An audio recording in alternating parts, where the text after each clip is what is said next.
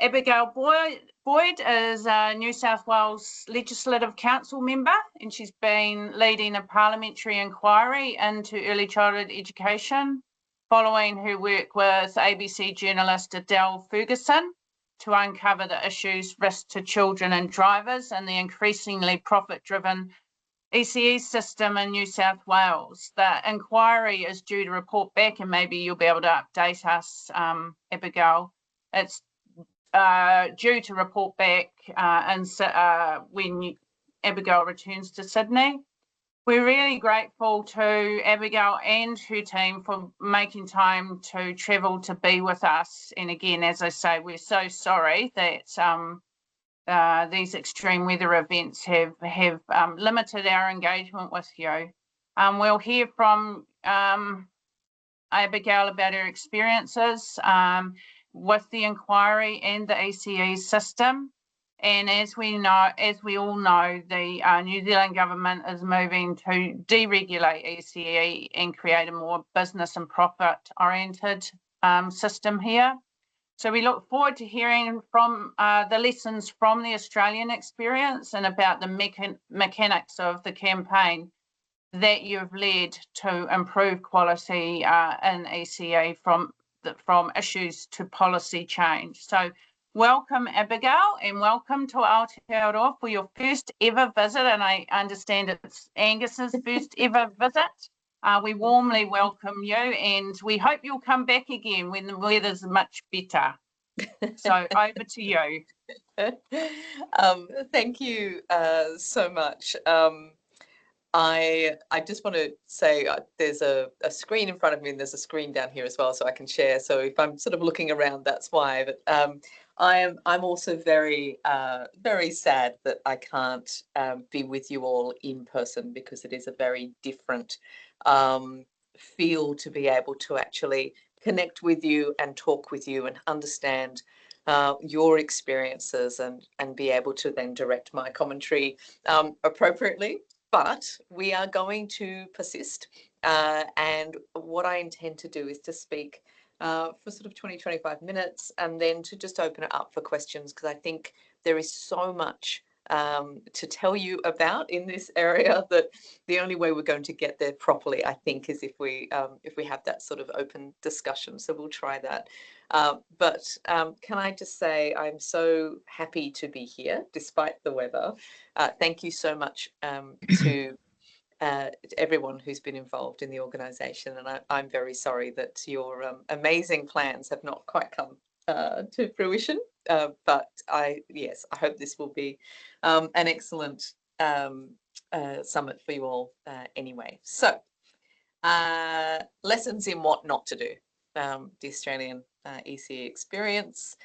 I'm going to talk generally about the following things. So I will start with sort of giving a little bit of an outline of how the Australian setting is different, why I got involved and what the journey was on the way to finding out more about the problems that have occurred in Australia, the systemic issues that we've revealed, what the government's responses so far have been, and then also kind of how we unscrambled the egg, with a bit of a warning to not further scramble your egg in New Zealand, but to, sort of wrong way, go back.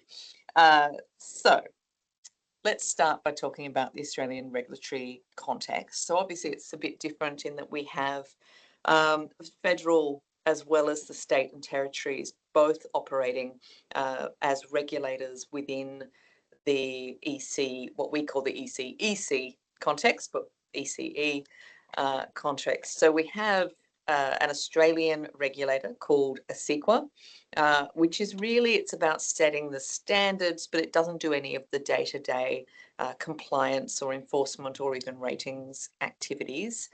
We then have a ECE regulator in each state and territory, and they are all, although they all operate under the same national laws, which are implemented into each state and territory, the approach of those regulators really depends on the sort of instructions that they've been given through the Department of Education and or the Minister, but also on the amount of funding that they have given to them out of their particular state or territory budget.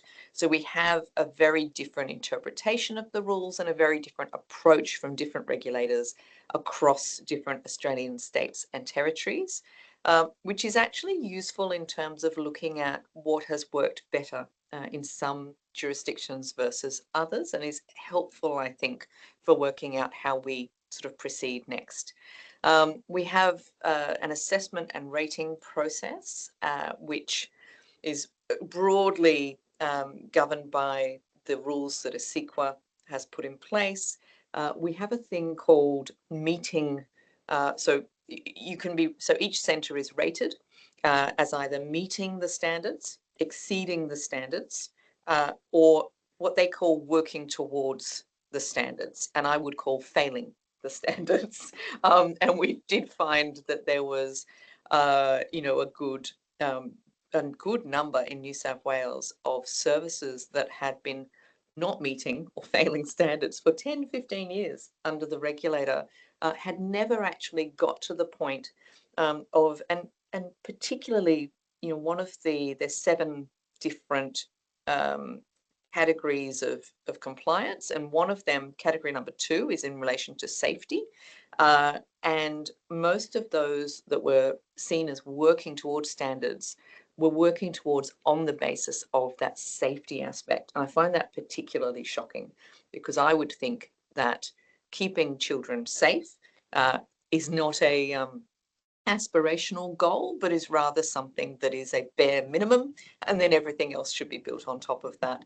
That has not been the way that the Australian regulators have seen things. So within each regulator, you have this assessment and rating team.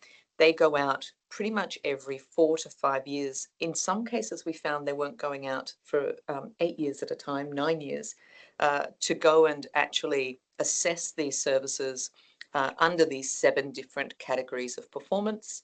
They then come up with a rating, which is then made public and put on a website with very little detail as to why, with the assumption being that families will go and look up that rating and decide for themselves whether they want to put their child in the care of that particular service. It's fundamentally a flawed model, and we can get to that, because when the whole sort of market-based system that was opened up in Australia for ECE services was based in part on the idea that families would have this amazing information, but also choice. And so you didn't need to regulate as much, because families would decide whether or not the service was up to scratch. And they would sort of vote with their feet as to which service was a good one, when in fact we have such scarcity in so many areas, and such a demand for services, that families are often they can see that they've got a local service that is working towards for 10, 15 years, but they are still feeling obliged to put their children at that service because they simply have no other choice and they need to go to work. So it's a fundamentally broken system to begin with. Then within each regulatory body, there are the compliance activities. And what we found, as we sort of will go into this, but what we found was that those compliance activities really have become very much about an incident gets reported. That's when the compliance function will go out to a service and have a look at everything else that they're doing, and will then make recommendations as to how they should go forward. Theoretically, there's a potential for fines and other consequences for a service. But again, we found that in practice, that was very rarely applied. And the important bit there, I think, is that what we've been told is that 20, 30 years ago, services felt that the regulator was working with them. So they would have a regulator who was, part of they would sort of regulate a group of services in an area, and they would be involved in capacity building and uplift, as well as that sort of strict enforcement and compliance and quality rating process. over time, what we've now got is in our regulators, and in particular in New South Wales, we have a assessment and rating team that will go out, as I say, very rarely, to do that technical assessment. And then we will have what is increasingly a team of ex-police who are there simply for enforcement. And that uplift and capacity building aspect has been lost out of the regulator. And I think that's another sort of big part about what's sort of gone wrong in Australia. So we have, similar to you, here we have different types of ECE, family daycare, which tend to be run out of people's homes, where they have just a small group of children that they are responsible for. We have the long daycare model, which can go from sort of 7 a.m. in the morning until quite late at night. And then we have kindergartens or preschools, which run from 9 to 3, sometimes with a little bit of extra at sort of the beginning or the end of the day, but are a very different model, very focused on curriculum and less sort of less seen as being a form of child minding. We can get into that issue as well, and the policy settings between those two things. And then finally, we have what is called out of school hours care, or before and after school care, which is also unfortunately becoming increasingly privatised despite being located on public school sites. This is just a very quick slide, just letting you know about what I was talking about there with the National Quality Framework, which is a CEQA's domain with those 7 different quality standards that these services are rated against. We have this significant improvement required category, which I didn't talk about before. But again, you could have, this is where really terrible things have occurred. So they're not just not, meeting standards, but they've been found to not even be working towards those standards and still allowed to operate and take on new children. And I find it's extraordinary that we have that category, but we do. I would think that they should just be shut down, but apparently not. And then we have this very corporatized rating that's called excellent, which I understand you have to pay for.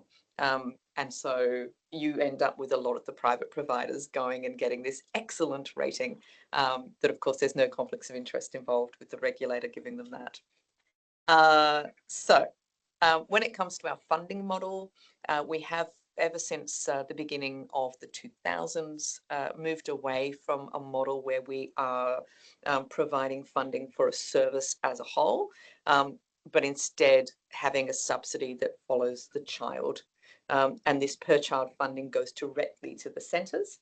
And we worked out in 2020, for example, about $10 billion Australian dollars were being spent in subsidies. And the analysis at that time was around 10% of that went straight into the profit of the for-profit operators and was mostly then going offshore to their shareholders. So it's, I think we can talk about the economics of it, but to me, that is a clear failure, a model that puts public money directly into private hands is pretty extraordinary. And then last year, there was a one-off worker retention payment announced by the government. I think it was $1.6 billion because workers have been so poorly paid in this sector for so long. We have such a workforce retention and attraction problem that was sort of put in there as a short-term sort of fix, but they've refused to continue that funding. So now all of the workforce are wondering what's going to happen when it comes to that. And importantly, that only went to certain types of workers. So I think it went to the long daycare workers and educators, but we still have big problems when it comes to teacher payments and parity between teachers working in the early childhood sector versus those that are working schools with the exact same qualifications. From a state and territory perspective, there's also grants, favourable lease arrangements and tax breaks which are given, but there's a real gap between the responsibility of federal and state territory governments, and also in funding, and that causes all sorts of issues as well, because no one wants to pay, and so everyone's looking to everyone else, and it's workers and ultimately children that are paying the price. So similar to what you have here, we have various ownership types. Obviously, we do have public, I think we've got 100 in New South Wales as an example. We have 100 government preschools. We have around 700 community-owned preschools.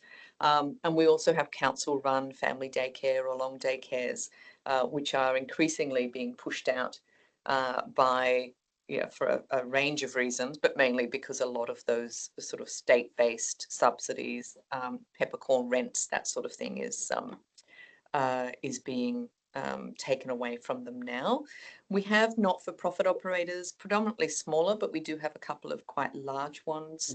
And some of it, it's worth noting that some of those larger not-for-profit operators do have some problems when it comes to statistically the kind of safety record, but predominantly they are a far better model when it comes to safety and quality.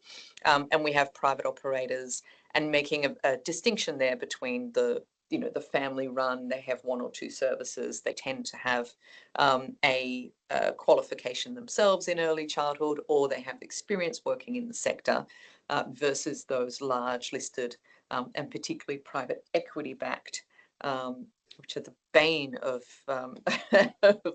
existence when it comes to any care-based sector. I just don't know why we allow private equity in, but we can have that discussion. But we have thousands now of our services being run by those really large private operators. This is just a graph showing you kind of the percentage that we are looking at. So we're looking at around 75% of our sort of metropolitan services are run for profit. As it gets further out, where it becomes less profitable to run services, you not only end up with far fewer services, but obviously far fewer private operators. And it astounds me that the government still continues to wonder why. We have the so-called childcare deserts, is what they call them, where we have this really quite a incredible scarcity in the regions, and yet we have such an overabundance in some services in some areas of metropolitan cities. But we'll get into why that is as well. So what brought me here? Why did I get involved in this sector? And also, why did I work with Four Corners? So we started asking questions around where the money was going, and what the sort of, I guess, the reasons why we weren't seeing as many centres operating in the regions, and why a lot of our council-run and community-run centres were closing down. I ended up being contacted by Adele Ferguson in around, I think it was probably September, October in 2024. Like me, she had started receiving some really disturbing information about what was going on in some of these for-profit services, and in particular, we'd started getting emails from people saying that their children had been abused. And so it began to sort of, there were little warning signs that made me think we should look into this. So working with Adele, I crafted what we call a Standing Order 52. So it's a call for papers, and effectively, if I can convince enough of my parliamentary colleagues to support me, and we get a majority in our upper house, we can force the disclosure of any information that's held by a particular government department or minister. So it turned out that this, the regulator and the early childhood sector in New South Wales have never been subjected to a call for papers. They'd operated in quite a lot of secrecy, and they notably provided a lot less information to the public than other states and territories as well. So this was quite a new thing for them to be under scrutiny. As soon as I started asking for this information and agitating to pass this call for papers, I got really significant pushback from the department and the minister and the regulator, to the extent that they were telling me that I would actually be endangering children if I continued to persist to get this information returned to me. It got quite nasty at some points. I found it, to me, when there's that much resistance, that means that there's something there to see. So we kept pushing. We ended up sparking a New South Wales government inquiry into the regulator, which was, they announced it on the day after the first Four Corners had gone out. And it was very much a nothing to see here. We've got this in hand. We're going to do our own review of the regulator. So it's all dealt with. Tick. Please go away. Media attention. And I will get into sort of what I found in those papers. But just to note, we then were also able to put up our own inquiry, which is the inquiry referred to earlier, which I have chaired and is going to return its report next month. And in the course of that inquiry, we had the pleasure of bringing in the CEOs of some of the large for-profit operators, including the Affinity CEO, who performed so badly. He lost his job. So that was an interesting consequence. Also, G8 we had come in, and their share price absolutely tanked straight after the inquiry hearing. So it was all very fascinating. The Senate, the federal Senate in Australia, also did an inquiry. Victoria has done an inquiry. And there's I think a couple of others in the work. So it's certainly sort of spurred a broader set of investigations. So I'm going to try, see if the technology will allow me to play a little clip from that first Four Corners, and then I'll talk a little bit more about what I found. So if I do this without my sound on, presumably it will allow the sound, or should I put my sound on? It might. We might need to reshare, but let's try. Let's give it a whirl, see what happens. If I just take, if you maybe mute that one, and we'll unmute this one.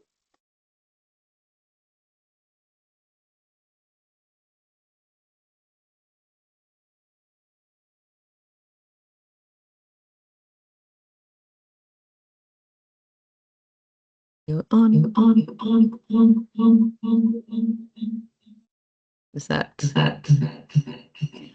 No. Turn the light off, but I still don't hear that. Hang on. If we mute.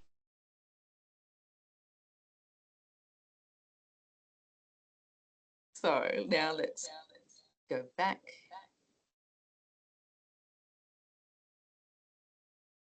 Apologies.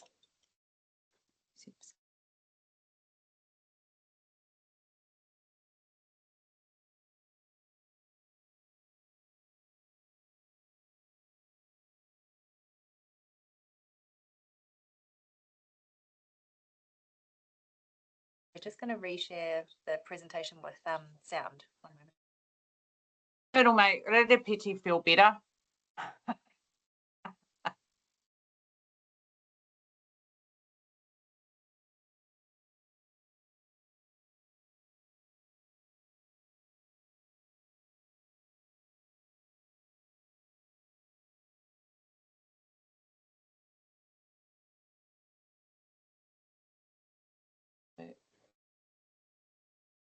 For it.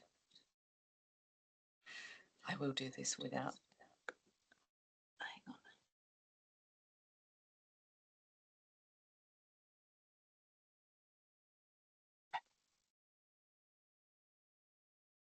Public had even the slightest idea of how. Is that working for people?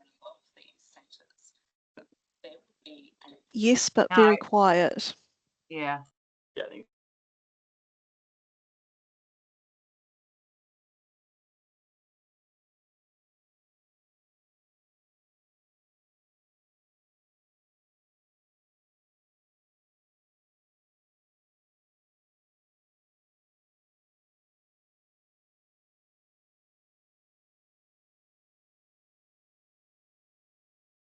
No, there's nothing.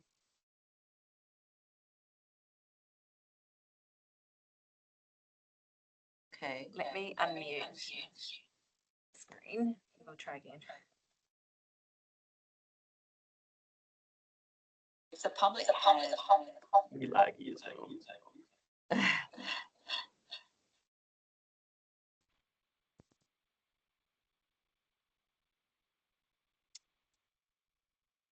Shame.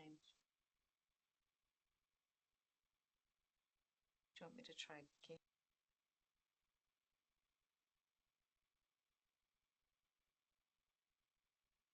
Even the slightest idea of how horrendous these incidents are in a lot of these centres, there would be an absolute uproar.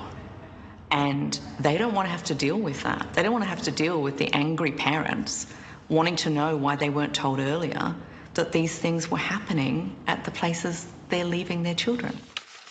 New South Wales Greens politician Abigail Boyd has been working with Four Corners for the last 6 months. The former corporate lawyer is helping us expose what's really going on inside childcare. What's the biggest revelation to you? Just how much is being kept a secret. This is not just a whole sector that wants to hide this from the public. It's also the regulator. It's the government that are pumping so much money into this sector. Nobody wants people to know what's actually going on.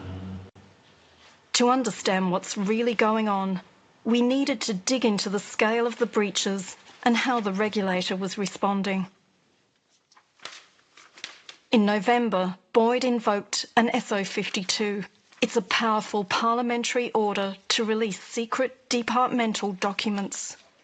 I asked for all of the documents from the regulator in relation to particular service providers so that I could have a look at what action the regulator was taking in response to breaches of the national law.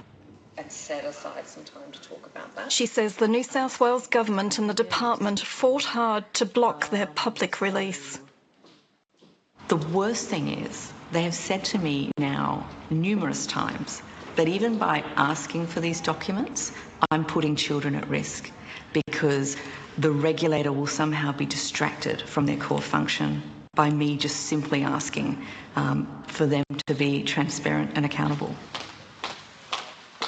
In December, she gained access to a fraction of the documents, but they were placed under privilege, blocking Four Corners and the public from accessing most of them.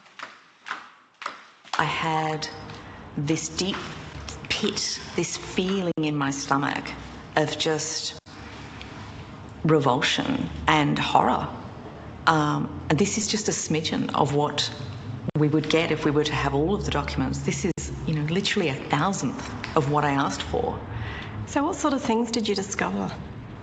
So I can't tell you details because of the way that they have covered this up, and I'm yet to have those documents released. But I can speak in general terms, and I can tell you that there were multiple reports of inappropriate sexual touching, multiple reports of educators treating children really roughly, lots of broken elbows, broken wrists, kids being kicked, a lot of kids being verbally abused, yelled at, and a lot of, unfortunately, inappropriate restraint, force feeding, forcing children to go to sleep, putting pillows over their heads. And this is just one tiny amount.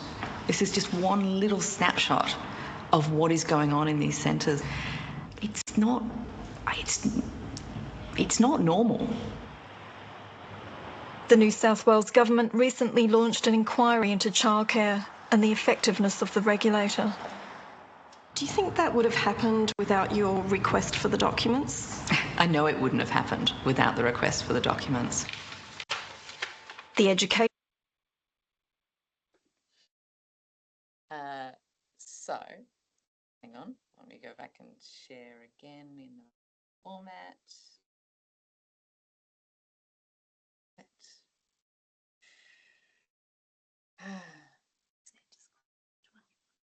Sorry, tell me that. I forgot again. Good.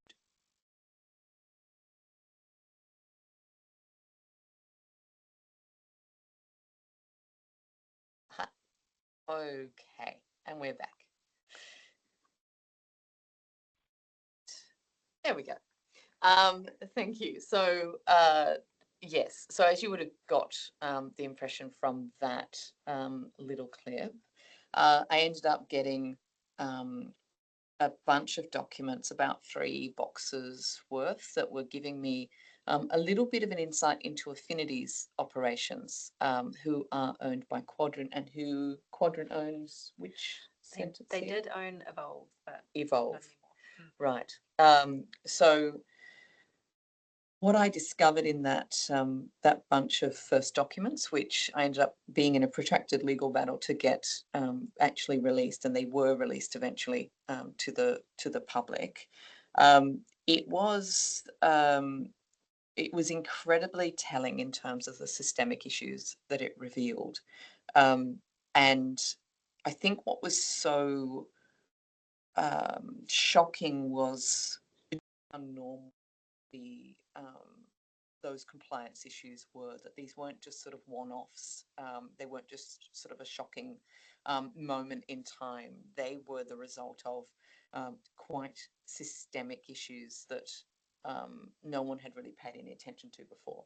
And if we hadn't got those documents, I don't think we ever would have discovered that. But having now discovered that, I feel like there's lessons to be learnt wherever these private operators are. So what did I find? I found a systemic lack of enforcement of the rules by the regulator.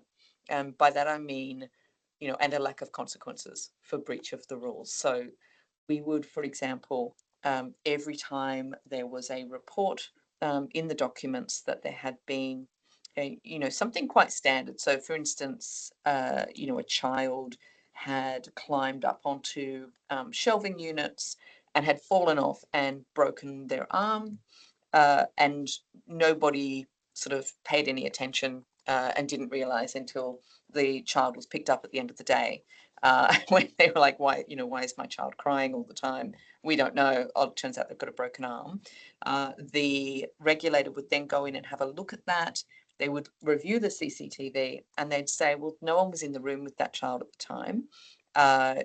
You have not only not had anyone in that room, but also you've only got a quarter of the staff that you are supposed to have at this time. You would then have Affinity or whichever other private operator saying, yes, it's really hard to get staff. And the regulator's response would be, oh, well, try and get some staff. And that would be the end of the matter. Now, obviously, in the vast majority of these cases, workers were doing everything they possibly could, but they were, and I think we've had surveys that have shown that 75%, around 75% of people surveyed said that their centres were regularly understaffed. And for there to be, for example, we have a ratio of 1 to 4 babies, for instance, and you would see these regulatory reports where they would say, well, you only had one person on for 12 babies.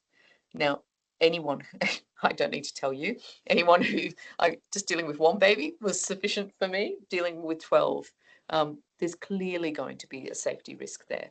And that is the fault of the operator to have not sufficiently resourced. So we found that really understaffing was a business model.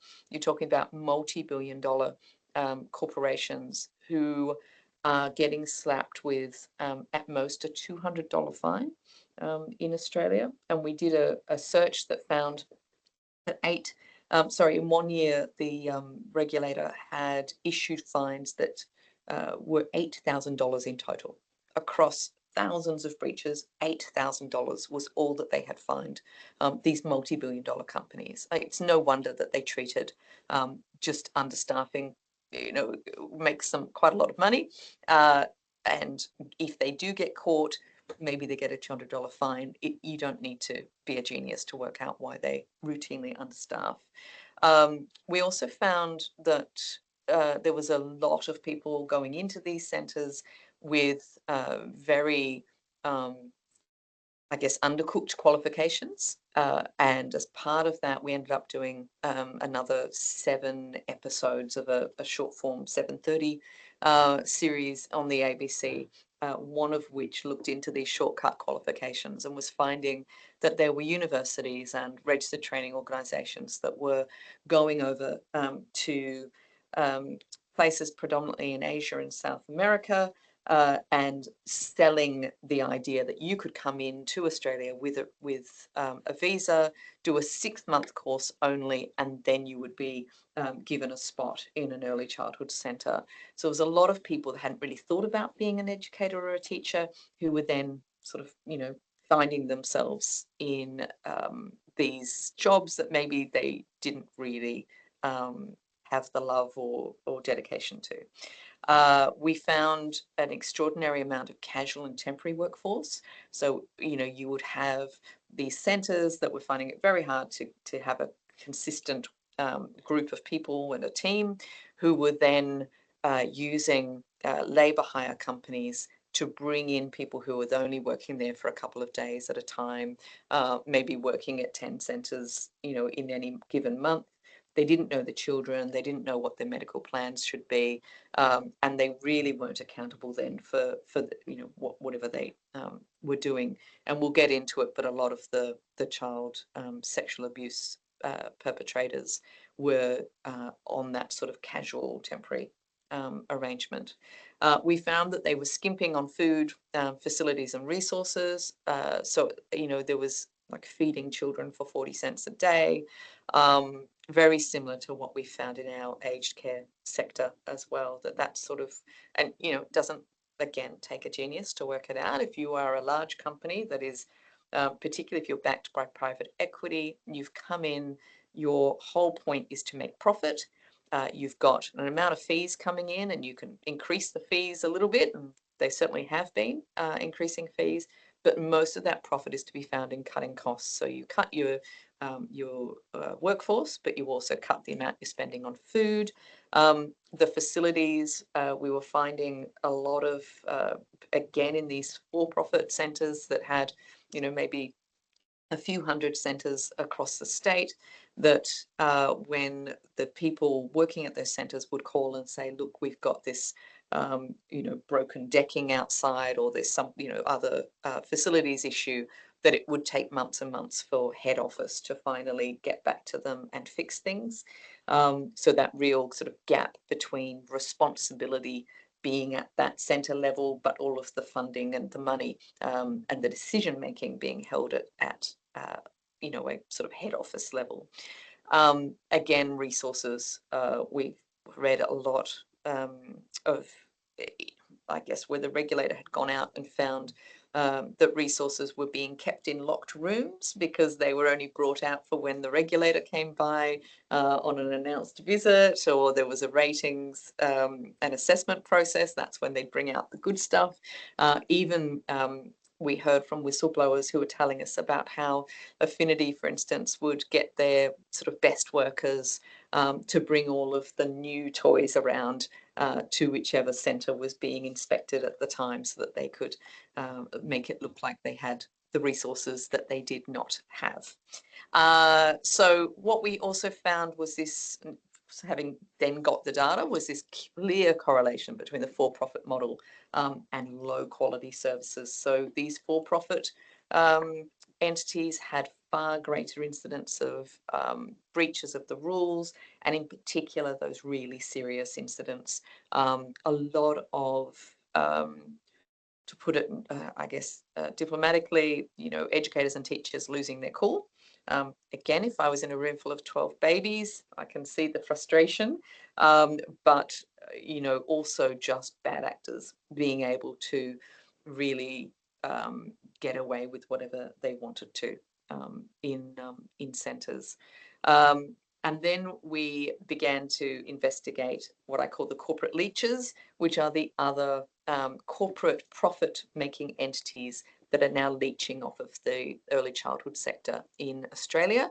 The most notable of which I think is the real estate industry. So we now have a really thriving, what they call the real estate childcare sector, which what I guess effectively what they do is they go into an area, they buy a house, typically.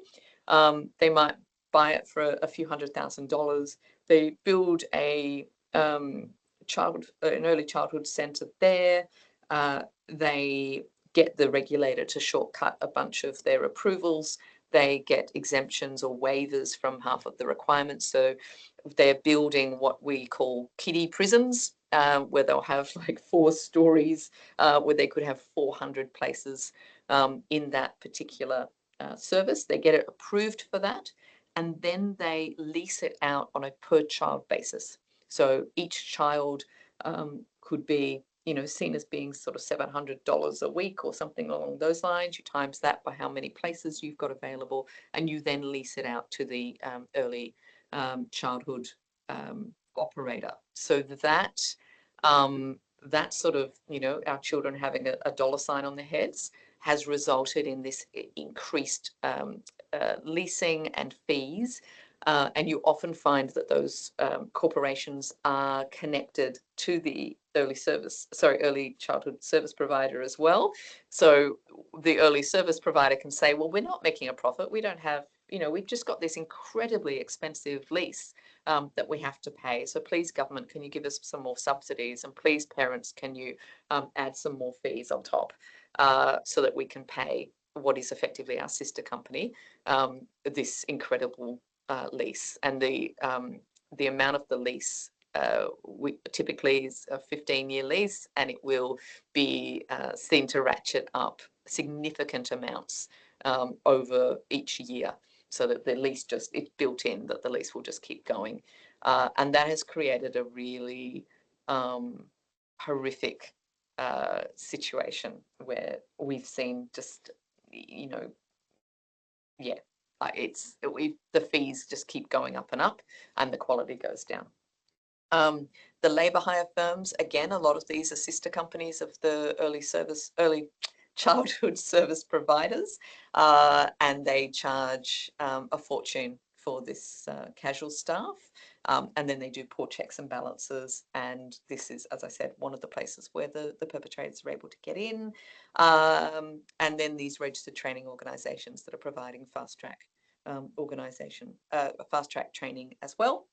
And then the other sort of systemic issue we found was this for-profit favouritism. So a lot of whining and dining of the regulator, a lot of getting additional waivers that other entities, not-for-profits and smaller entities wouldn't get for their business, a real coziness with the regulator. So I'll give you this case study of Affinity.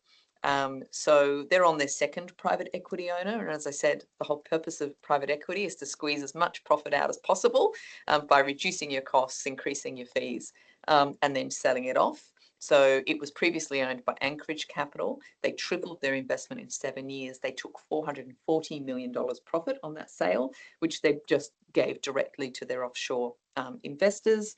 But there was still more to milk out of those centres. So it got bought by Quadrant in 2021, and they've been trying to sell it for about $1 billion recently. So they'll make a monster as well. They've got about 250 centres. Their employee expenses are around 55% of their revenue compared to the sector average of 70%. So you can see how clearly they are understaffing as a business model. Their CEO was paid over $1 million despite the safety records. They have on average 4 times the amount of compliance breaches than the sector does as a whole, and around 3 times the average waivers granted. So they can be waivers for things like the space requirements, whether, things like, do you have to have an outside space for the children to play in? Those sorts of waivers are granted quite regularly to them, but also those staffing waivers. So things that, basically they can say as a rule, we're just not going to meet all of our staffing requirements, but also we're going to put a bunch of trainees on and say that they are working towards having a qualification, which means that they just need to do, I think it's one class a semester, on like could even be one class per year, but they don't have to go very, very fast in their qualifications, and they will then count as staff. So I realise I've talked a lot longer than I thought I would, but I will just try and go a little bit quicker. There's a lot in this. So the government did respond to the first four corners. Unfortunately, as I'll go into, their response has not been particularly evidence-based or helpful. Their biggest response was to set up a national register of workers, which is something that had been in a number of reviews previously, and notably we had a Royal Commission into Sexual Violence and child abuse, and that was one of the recommendations. There was we should set up a national sort of working with children check scheme and a national register, and that was never done. They now say that they will do it, but we're still waiting, and there's been some problems with the way that they're thinking about rolling that out. The New South Wales response was to do a few things, again, some of them quite unhelpful. They decided, despite having a national approach, that they would do their own bit of New South Wales legislation. They introduced what they call the inappropriate conduct offence. And this is quite nebulous and worrying. It's effectively what a reasonable person would view as inappropriate conduct from an educator or teacher towards a child. Now, obviously, that can differ between cultures. It can differ depending on sort of the circumstances. When we asked the government about this, and we gave some examples, for instance, you might sort of tickle a baby on their tummy to distract them while you're changing their nappy. In some circumstances, that might be seen as being inappropriate by some, and in a particular context, you can imagine that it could be. But in most circumstances, probably not. And when we asked about that, the response was that to the extent you had any concerns that it could be interpreted by anybody at all as being inappropriate, then you should just not do it. And that really does risk this, real kind of the idea of putting your child into a safety deposit box, not to be touched by the educator, not to be engaged with, and certainly not to be educated. So I really feel this is had a real chilling effect on the sector, and goes against sort of all of the evidence being presented by those who are experts in sexual predators and sexual assault. Higher penalties, again, they don't actually put any, they don't fine anyone. So, quadrupling those penalties that you're not enforcing to begin with seems a little bit pointless, but sure. They've moved to have an independent regulator. So instead of them being part of the department, they now sit separate to the department, but still have the same people that they had before and the same powers and everything else, but they report to the minister. I think that just looks like a nice to do rather than being something that's actually going to make a difference. They reckon they're addressing the profit motive by saying that child safety needs to be the dominant reason for these operators to be to be sort of, in all of their operations. They would tell you that child safety was already their primary motive. So I'm not sure that that's going to change much in practice. And then they've increased their regulatory response.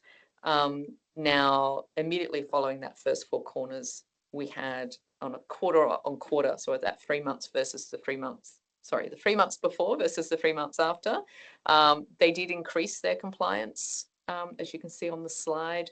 The slide's not caught up. That's all right. Hopefully it will. But they sort of went in and cancelled 4 times as many services. They increased their compliance directions by 23%, their compliance notices by 22%. They issued 58% more emergency action notices and 175% an increase in the number of educators that they prohibited from working in the sector. But despite all of that additional compliance activity, they still claim that they were not underperforming prior to us bringing attention to the sector, which seems a little bit rich to me. So I'm going to, we're getting towards the end, but I do want to talk about the second Four Corners, which is it's called Hunting Ground. This came out in October. And what we had discovered was, so after that first tranche of documents we ended up getting about 1,000 documents a week, which we read through. And as we were reading through, we really highlighted a huge number of sexual predators, some of which had been missed by the regulator, some of which they were already known to them.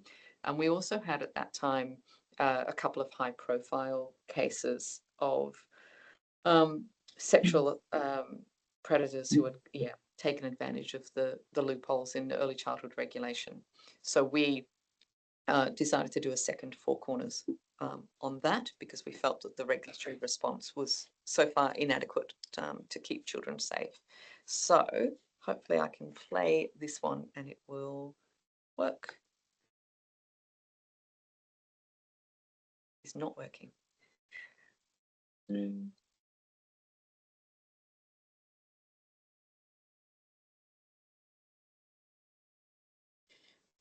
We'll just reshare with the sound.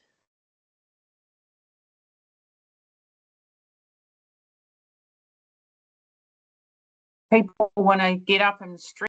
All good.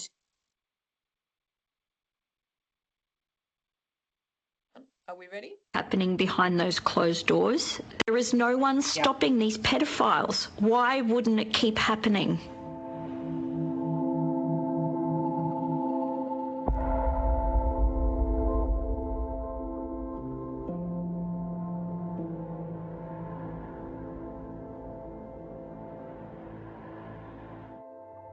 We have clear evidence that for-profit providers are an issue here in terms of quality and safety standards.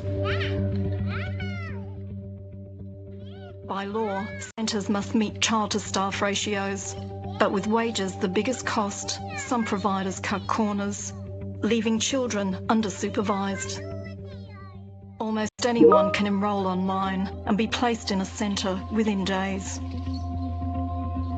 We've had a sector that has been so poorly regulated that we've allowed to become dominated by those seeking a profit, that we now have an increasingly casual and precarious workforce. We have undertrained staff, we have centres without enough staff, and we have a culture where reporting is very difficult to do for lots of reasons. New South Wales Greens MP Abigail Boyd has been working with us for a year to access previously hidden childcare regulatory files. When you look at the lack of educator training, when you look at the amount of centres that don't have enough staff and the regulator keeps telling them and then allowing them to get away without having enough staff, if you said to me after I'd read all of that, do you think that there will be child sexual abuse in here? Like, obviously. If you know anything about pedophiles, if you know anything about these sorts of predators, they look for scenarios like that. They look for sectors like this lack of regulation, this lax approach to allowing these, providers to continue at all costs. It is ripe for pedophiles to come in.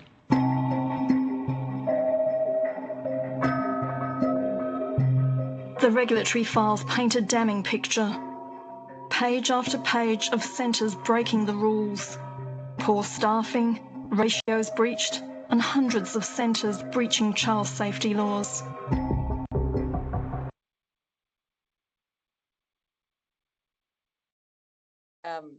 So this is, a little bit of it's a lot of a grim part of what we've discovered here. So I'll just go back to resharing, just to finish it off. Sorry.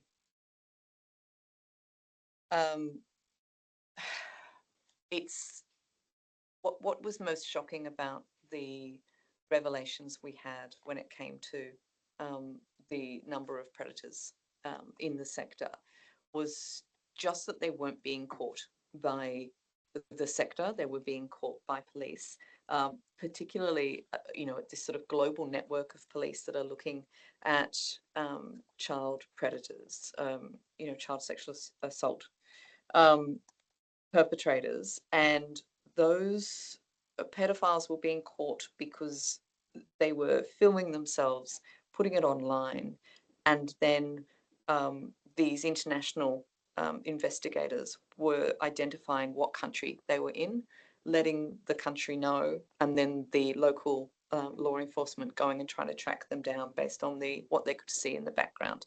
So that's how we've caught all of the perpetrators so far in early childhood in Australia.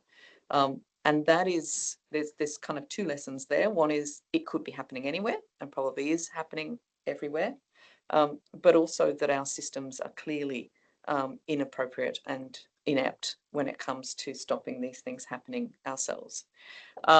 So what should we do next? And I've put here the 5 key things that I believe that we need to do, and that I'll leave with you as kind of recommendations going forward. The key to both safety and quality is a stable, well-qualified and well-rewarded workforce. So what we found in those places that are doing things better, that have low compliance breaches and low incidents, is that they have these well-established, experienced teams of people. They're well-staffed and they're able to do that, 2 pairs of eyes on a child at every time. The profit motive is incompatible with safety and quality. We need to bolster the not-for-profit sector and increase that percentage and slowly decrease the number of for-profits, large for-profits in this sector. It's just incompatible. It's never going to work. And it's a waste of money. ECE is not a safety deposit system for children. It's about educating the youngest people in our society, and we see the statistics that show that quality education is vital for better life outcomes. And it's not just any education, it's quality education at those early levels. If you want to do it pure economics, it's going to cost a lot less in mental health outcomes and everything else later on if you provide that quality education early. Regulatory bodies need to both shepherd and enforce. They need to be there to upskill and capacity build. And we need to start having a much more open and honest discussion about sexual assault so that we can all recognise those red flags and we can all work together to ensure that these things are prevented rather than just caught after the event. So our government has failed on all of those counts so far with their response. The laws they've put in so far and the reforms have had a negative impact on workforce attraction and retention. They've decided to, mandatory CCTV is the way. We're just going to surveil workers the whole time, and that's apparently going to fix everything. And they want to put sort of extra scrutiny on individuals and making educators and teachers the ones responsible for what they don't have control over because it's in the hands of the providers and they're the ones that should actually be being penalised. They have failed to address the funding model, which has allowed all of this to occur and to give that steady stream of subsidies that are now going out into for-profits and into the real estate sector and everywhere else.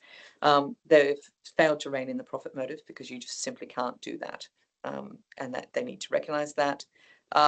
And they are disincentivising and underfunding the models that we know keep children safer, and they're those community-run, smaller-run centres. They're now sort of, unable to cope with the increased regulation and the lack of financial support from the government, and they are now closing down rapidly, which is going to make children less safe. We have no plan B for when centres close. We need to have an administrative process where we can take over those entities that are failing so that they don't hold us over a barrel saying parents don't want them to close. We should be able to put community run administrators in there. And they also don't have any evidence-based plan to address the risk of predators in the sector. They're intent on looking at enforcement after the event rather than stopping it from happening in the first place.